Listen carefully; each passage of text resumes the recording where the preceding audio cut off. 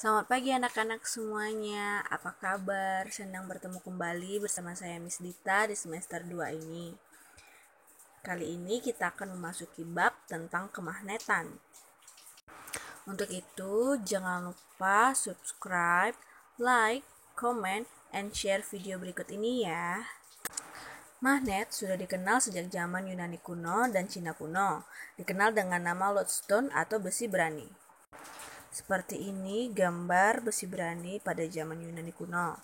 Kemagnetan sendiri berarti sifat tarikan magnet kepada benda lain. Secara garis besar ada 3 jenis benda berdasarkan sifat kemagnetannya. Yang pertama, ferromagnetik adalah benda yang ditarik kuat oleh magnet. Contohnya baja, besi, dan nikel. Yang kedua, paramagnetik adalah benda yang ditarik lemah oleh magnet. Contohnya aluminium dan magnesium.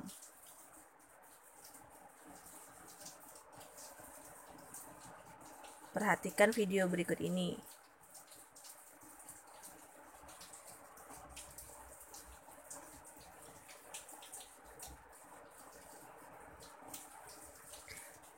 Selanjutnya yang ketiga, diamagnetik adalah benda yang tidak ditarik oleh magnet.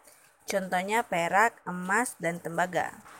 Selain sifat mudah atau tidaknya ditarik oleh magnet, suatu bahan juga memiliki sifat mudah atau tidaknya dibuat menjadi suatu magnet. Secara garis besar ada 2 buah jenis bahan dalam hal kemudahan dibuat menjadi magnet. Yang pertama, bahan magnet kuat, yaitu bahan yang sulit untuk dijadikan magnet, namun ketika sudah menjadi magnet, mampu menyimpan sifat kemagnetannya dalam waktu yang lama loh. Contohnya baja.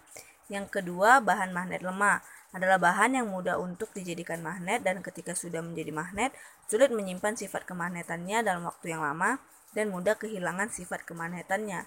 Contohnya adalah besi. Sebenarnya semua bahan terdiri dari magnet-magnet kecil yang disebut magnet elementer. Pada bahan yang tidak memiliki sifat magnet, magnet-magnet elementer ini memiliki arah yang tidak beraturan. Perhatikan gambar berikut ini. Pada benda yang memiliki sifat magnet, magnet-magnet elementernya memiliki arah yang beraturan.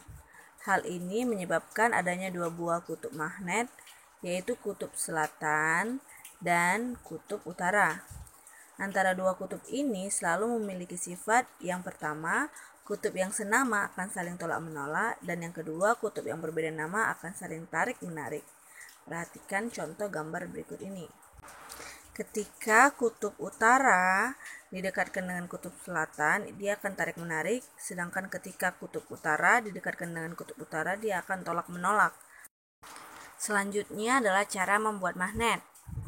Ada beberapa cara untuk membuat magnet. Yang pertama itu konduksi, yaitu menyentuhkan suatu magnet kepada benda yang akan dijadikan magnet. Ketika benda disentuhkan dengan magnet, maka magnet-magnet elementernya akan berubah menjadi beraturan. Kita perhatikan pada gambar, ketika suatu benda yang elementernya tidak beraturan, ketika disentuhkan dengan magnet, maka elementernya akan menjadi beraturan. Yang kedua adalah induksi, adalah mendekatkan suatu magnet kepada benda yang akan dijadikan magnet. Ketika benda didekatkan dengan magnet, maka magnet-magnet elementernya akan berubah menjadi beraturan. Dia hanya didekatkan ya, dia tidak ditempelkan. Yang ketiga, menggosok. Dengan menggosokkan suatu benda dengan magnet bisa membuat benda tersebut memiliki sifat magnet dan magnet elementernya menjadi beraturan. Yang perlu diingat adalah bagian benda yang disentuh dengan magnet terlebih dahulu akan memiliki kutub yang sama dengan kutub magnet yang menyentuhnya.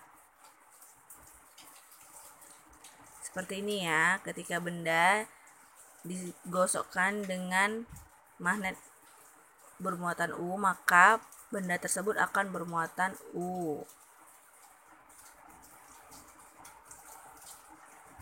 Nah, ketika benda itu digosokkan dengan kutub S terlebih dahulu, maka benda yang digosokkan itu akan bermuatan S. Nah, cara yang keempat itu adalah elektromagnet. Jika sebuah besi dililitkan dengan kawat dan dialiri listrik, maka besi tersebut bisa memiliki sifat magnet. Sifat magnet ini akan hilang jika arus listrik diputuskan. Untuk memperbesar sifat magnetik dari elektromagnet bisa dilakukan dengan cara memperbesar arus listriknya, menambah jumlah lilitannya, ataupun memasukkan besi lunak sebagai inti dari kumparan tersebut.